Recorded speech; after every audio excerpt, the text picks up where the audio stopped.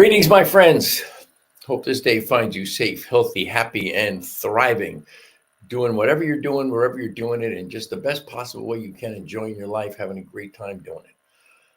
Hope we just find you in that state, just doing fabulous. Let's go right to Dr. Holmes here and see what he has to say for us today. Let's go in the middle of the book here. We do have a quote. I now accept all that I have hoped for and believed in. There's nothing in me that can doubt that good will make its appearance in my experience. There is nothing in me that can dissipate my faith or dim its clear realization. I see in everyone that which I know to be true about myself. Therefore, everyone I think of is blessed by my thought. Wow, that's interesting. That's part of my prayer work in the morning is when I kind of deal with the people for whom I'm definitely praying.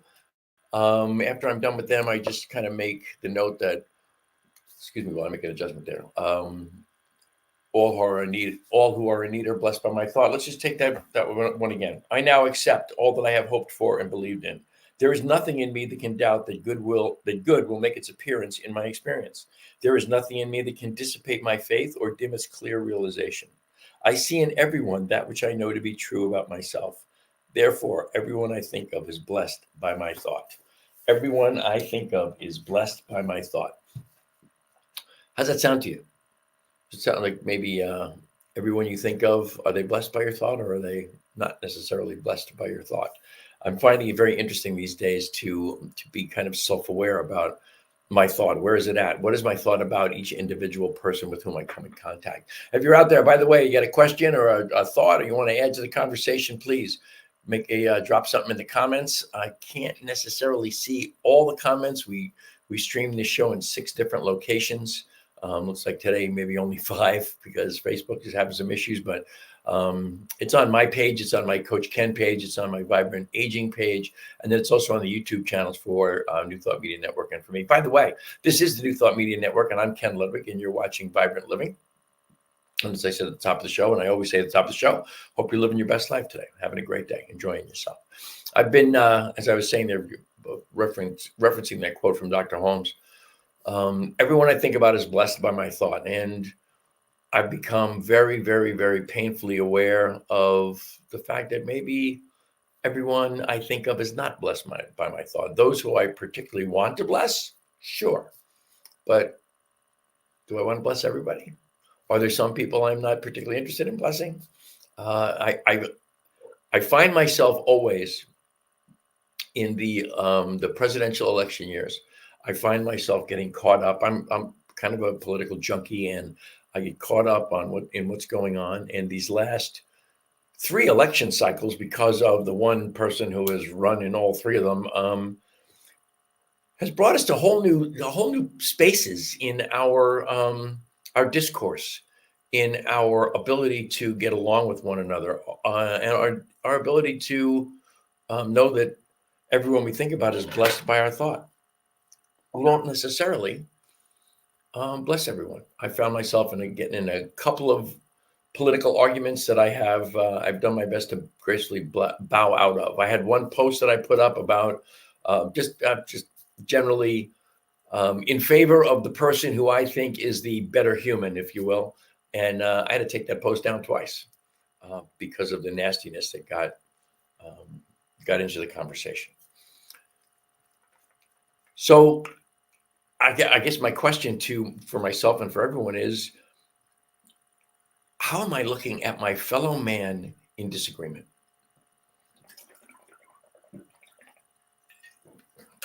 Excuse me, it's that season of the year, where I'm taking a little bit of antihistamines for pollen in the air. And of course, antihistamines tend to dry you out a little bit. So we got to drink a little water. The idea that we can disagree, that we can be on opposite sides of any particular issue and still have respect and kindness that we demonstrate towards one another is something that I think in a great many instances we've just lost track of. We've lost the ability to do it.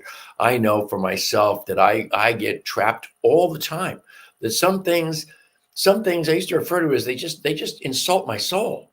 They insult my intelligence. I'm like, how can this possibly be? And social media has given us this amazing ability to just express our outrage in pleasant or not so pleasant terms, depending on how we feel at the moment. And I find myself all too often being in the unpleasant realm, which is not where I want to be. For certain, it's not where I want to be.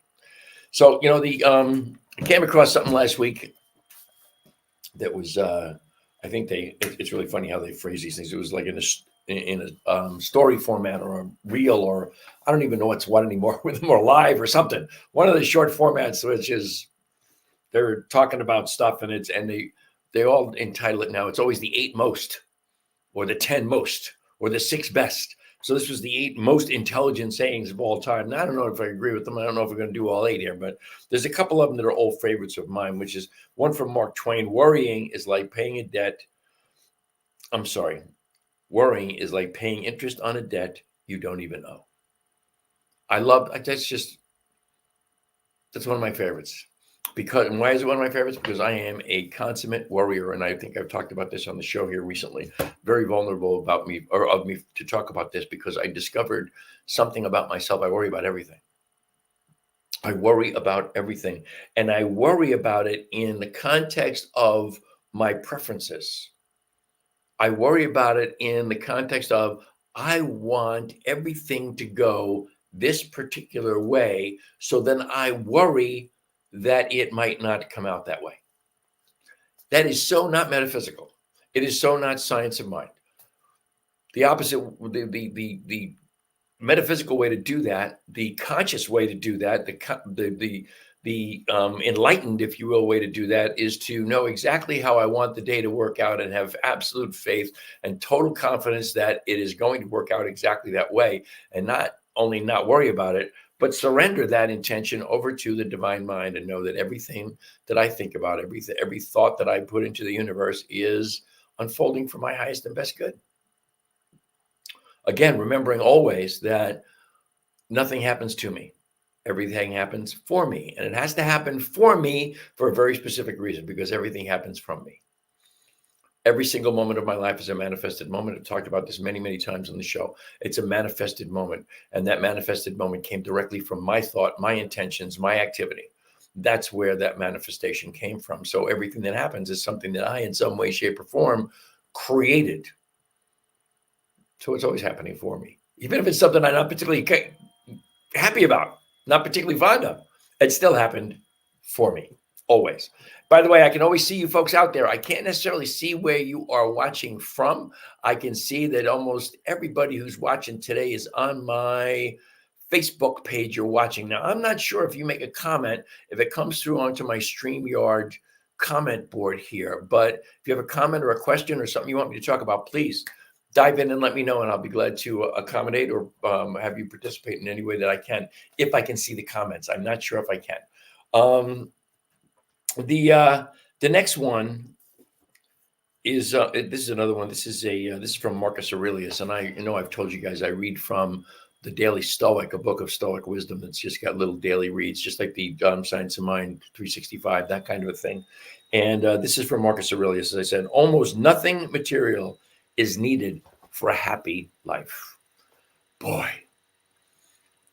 you can just stop and be considerate of the idea that I am an individuation of the one overarching creative intelligence of the universe. That intelligence that hung the stars in the sky, has the earth revolving around the sun, that intelligence that is everywhere present, in, around, through, and as me.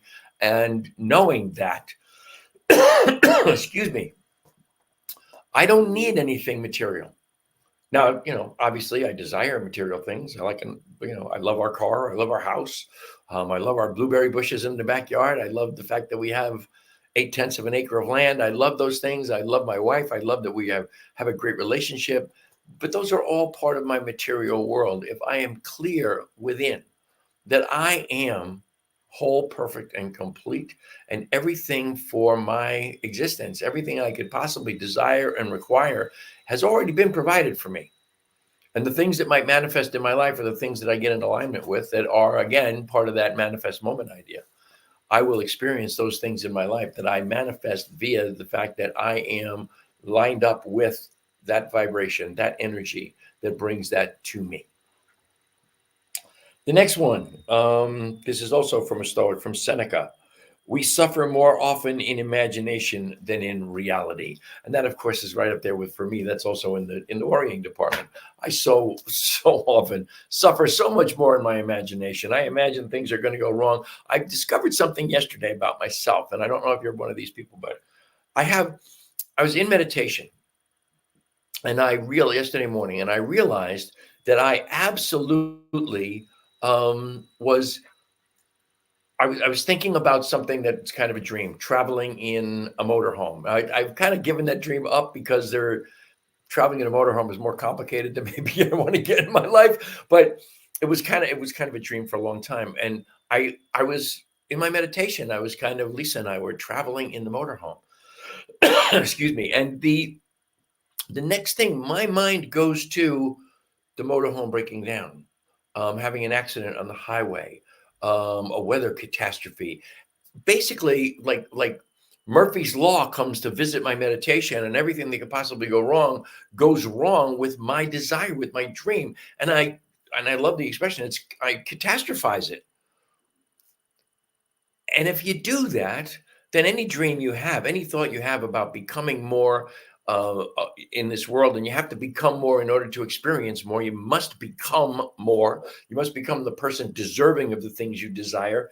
It's never going to happen if all you have is negative thoughts about what happens when that desire manifests. And in fact, I read it in the and I can't remember where exactly I read it, but whatever I read it in or on or where, whatever it was actually a sign of depression. Now, I've not considered myself particularly a depressive person, although I find that there's many challenges to happiness and a feeling of well-being when you've done what my beloved Lisa and I have done. When you've moved 1,700 miles cross country after, in my case, 46 years in the same place or same state, and Lisa 25 years, both of us in Colorado, and then moving 1,700 miles to North Carolina, to a place where we knew exactly that many people, Zippo. There's a lot of challenges to that. And there's challenges too. You buy a house, it's a used house, and you just you have the inspection done. And when the inspection's done, you're pretty sure everything's perfect. It's all great. And then you live in the house for a while, you discover it's far from perfect. And there are things that have to be fixed, and things you were like, oh my God, does that have to be fixed? And those are challenges. And those challenges can lead to maybe a feeling of being less than happy. Now, you guys who watch the show know my story around getting up in the morning. I do, I don't know, 3 or 4 minutes maybe of, do maybe 5 minutes of stretching and 3 or 4 minutes of affirmations before my feet hit the floor. And I should be able to start my day out ahead of the game, happy and healthy and aware and well-being, and setting myself up for a great day. But as the day wears on, I find myself not as capable as I would like to be of maintaining that joy, that bliss, if you will, of the meditative state and the affirmations that I do before I get out of bed. So we suffer more in imagination than in reality. I love that. Again, that was from Seneca. Another of the Stoics. And here's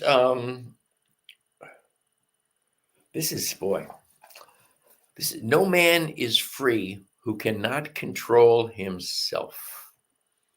Think about that one. No woman is free who cannot control herself. That's from Pythagoras. Pythagoras is, you'll all remember him. Pythagoras is the father of the Pythagorean theorem, right? The sum of the square of the two sides of a right triangle are equal to the sum of the square, or equal to the square of the hypotenuse. So that's Pythagoras. I think he was one of the, also considered one of the Stoics. But the idea that we are not free as long as we can't control ourselves means that we are always enslaved to those preferences that we have. If we can't control our desire to have things be exactly the way we want them to be without being upset, disturbed, distraught, whatever. If we can't do that, then we're not free. We're enslaved to those preferences. And I know I've told you, I don't have the book with me here today, but I know I've told you all about the book that I'm reading from Mark Singer, the Living Untethered, which is, the follow-up to The Untethered Soul, The Surrender Experiment, and then Living Untethered.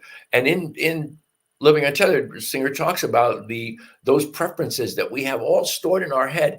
Every single experience we've had in our lives, we have categorized as a preference or not a preference. And those are stored in our psyche. And when we come into any situations that look even remotely like what our preferences or lack of preference looks like, then we start to be controlled by how we feel about that and what we want it to be or don't want it to be. I apologize for the coughing. It's that time of year with the pollen in the air, a little bit of scratchy throat, a little bit of nasal stuff. My cross to bear in the springtime. Anyway, so yeah, the idea that it is totally, in order to be free, you have to be in control of your own psyche, your own situation, your own joy, your own bliss, your own happiness, and you have to do it by being appreciative and grateful for every single thing that happens in your life, not just the good or the things that you want, but everything. Have them all be part of your existence. And be things for which you're happy. So that was that one. I love these. I hope you're enjoying these.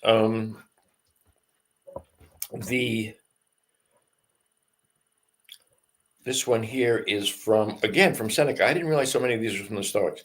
True happiness is to enjoy the present without anxious dependence. It's exactly what I was just talking about. Okay, that anxious dependence is the dependence upon our preferences and leaning into what we prefer and how we want things to be, and then being controlled by that. And once we're controlled by that, once again, we're no longer free and we're no longer happy. And those guys all agree with that.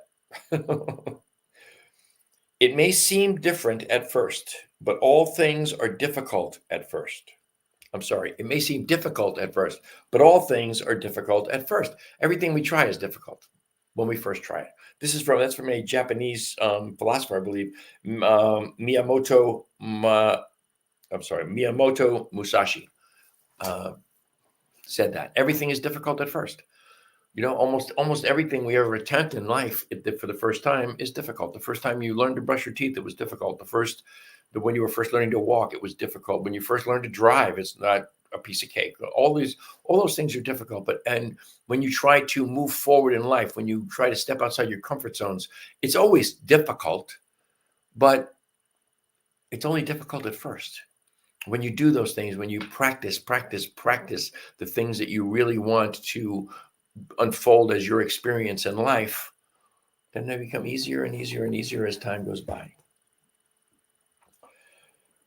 No amount of anxiety makes any difference to anything that is going to happen. That's from Alan Watts. No amount of anxiety. You will never, ever, ever make a difference to what is going to be your experience simply by worrying about it, by being anxious about it, by being concerned, by worrying. It's funny. I didn't read these the first time and I wrote these down. I didn't write them down in this context, but they're all related, aren't they? That's very interesting. They're all related to the idea that we really need to be in control of our anxious thoughts, our negative thoughts. The great book by Peter McWilliams. Boy, if you've never read this book, find this book and read it. You can't afford the luxury of a negative thought by Peter McWilliams. It is a great read. It's a great book, and it's a great collection of just kind of, it's almost an essay kind of assortment around the ideas of thinking more positively and the effects that has on your body in a positive way and your mind, how it absolutely helps things to unfold in a more enjoyable and blissful fashion. The last one I had here is from Jim Rohn, the great sales motivator. Everyone must choose one of two pains, the pain of discipline or the pain of regret. That's about being dedicated to whatever it is you want to be dedicated to. Discipline. I love that came up. As discipline is one of my favorite words in the English language. I love to explore the etymology of words, and the etymology of discipline is fabulous. Discipline comes from the root word disciple, and a disciple is someone who takes on a series of beliefs and practices for their own personal betterment. And you think about the disciples that probably most of us are most familiar with would be the disciples in the Bible, of the disciples of Jesus. And they were all doing what they were doing for their own betterment. That's a disciple. But disciple also comes from the Latin discipulus, and discipulus is just student. And discipulus comes from discere, which is to learn. So discipline, all of a sudden, is really more about being a student of your own life. And if you're a student of your life, and if you are determined, if you are locked into some non-negotiables about who you are, what you want to be, what you're trying to accomplish in this world, then you are experiencing self-discipline. And if you use your self-discipline to get to where it is you want to go, then what you're going to have is, in the end, as Jim Rohn says, let's use his word here, you're either going to have the pain of discipline, all right, which is the I don't want to do that today, but I know I got to do it if I want to get better. Yesterday morning, Wednesday morning was a workout day. I didn't sleep particularly well on Wednesday or on Tuesday night to Wednesday morning. I didn't want to get up and work out. But the discipline that I've developed about going to the gym Monday, Wednesday, and Friday served me well. Or I would have the pain of regret. And the pain of regret is, okay, this is a good week to give this example, okay, because tomorrow is Good Friday. And our gym here in Bible Belt is closed on Good Friday. So if I didn't work out on Wednesday, then I would have had my last workout on Monday, go an entire week until my next workout. So I would definitely have the pain of regret involved there. Instead, I had the pain of my discipline, and I went yesterday, and as luck would have it, I had a harder workout, a bigger workout yesterday than I've had in probably, 6 weeks. I did have the pain of the discipline, but the discipline was rewarding. It felt good. I can see you guys are out there. If you've got any inclination to make a comment, ask a question, I'm here. I would love to hear from you. I'd love to know what your thoughts are.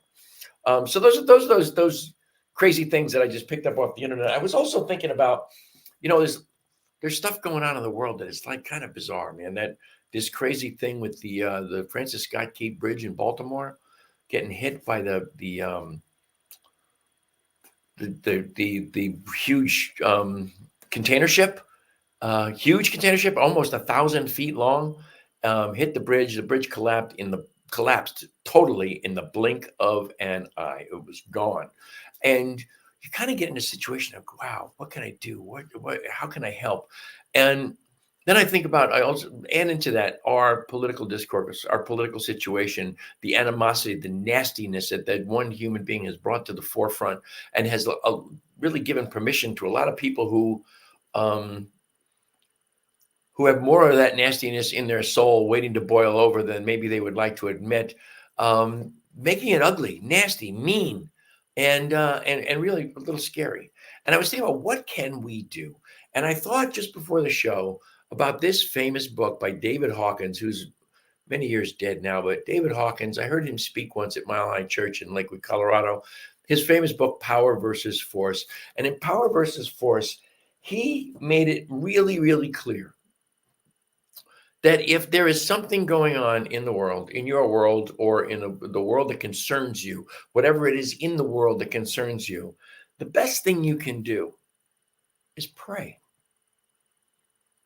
It's not about giving money. It's not about going and doing work, which you can do, and I'm sure those are fine. I wouldn't discourage anybody from that. But the truth of the matter is, raising consciousness, which is what affirmative prayer is. Okay, we're not talking about supplicant prayer. All right. Oh my God, I'm heartily sorry for having offended oh Jesus, why can't I think when I want this word? The prayer where we're begging, pleading, bargaining with God, the prayer that we're used to from the Judeo-Christian traditions. That prayer is, if it works for you, it works for you. But the activity of affirmative prayer is raising consciousness, knowing the good, because in the end, God is only good. The overarching creative intelligence of the universe is only good. That's all it is. That's all it knows. That's all it can be. It experiences itself via our activity, and our activity may not be always good, but God is always good. And if we lift our consciousness into that mindset that every experience in one way, shape, or form is compassionate, kind, and good for us collectively, sometimes it's a lesson, sometimes it's a raising of consciousness of people around the situation, whatever happens, it is always lifting consciousness that can change the situation. And right now, we could use a little lifting of consciousness. Our consciousness is pretty shabby at the moment as a nation, as a world. There's an awful lot of nastiness. There's an awful lot of war. There's an awful lot of death. There's the human trafficking, which seems to be I don't follow it closely enough. Maybe that's something I need to pay more attention to, but it's obviously an epidemic of sorts. And the only other thing I had for you today is I want to read one thing from the Science of Mind textbook. I want to read something from the chapter on mental equivalence. I think I may have read this last week, and that's all well and good. I may just read it every single week because this is great. It's the chapter in the Science of Mind textbook on mental equivalence, and this is it. I know I am now at the threshold of all good, wisdom, and truth. All the good I can embody is now mine. I have only to open the portals of my soul and accept that which is ready to express through me. I expect fully and emphatically the answer to all my prayers today. Right now do I possess all that I so greatly desire. I remove my fear of lack and negation, for it is the only barrier which stands in the way of my experience of good. I alone can remove it, and I do remove it now. In this moment, my good comes to me enough in despair to give and to share. I can never be exhausted. My good can never be depleted, because that source from which my good comes is inexhaustible. Today, in this moment, the law responds to my thought. My word is one of affirmation, rising from the knowledge that the good, the enduring, and the true are eternalities in my experience. I cannot be apart from that which is my good. My good is assured me by God, the indwelling essence of my life. One of my favorite expressions in the entire world is, my word is one of affirmation, rising from the knowledge that the good, the enduring, and the true are eternalities in my experience. The good, the enduring, and true are eternalities in your experience. That's it for me today. I would like you to remember, New Thought Media Network is a nonprofit organization. Please just go to newthoughtmedia.org. That's ntmedia.org. Click on donate. We are more than grateful for anything and everything you choose to bestow upon us. You can find me on Facebook at Vibrant Aging. It's my beloved Lisa's and my branded Facebook site. Goes right alongside Vibrant Living here on this show. You can send me an email, teamrockitnow@gmail.com. And I would make an effort to respond to anybody and everybody who sends me any kind of an email. Remember that this show is brought to you by HempWorks. HempWorks is my sponsor. HempWorks brings you the world's greatest hemp-infused coffee. There are 5 milligrams of CBD in every cup, along with some chaga mushrooms and other things that are good for your health.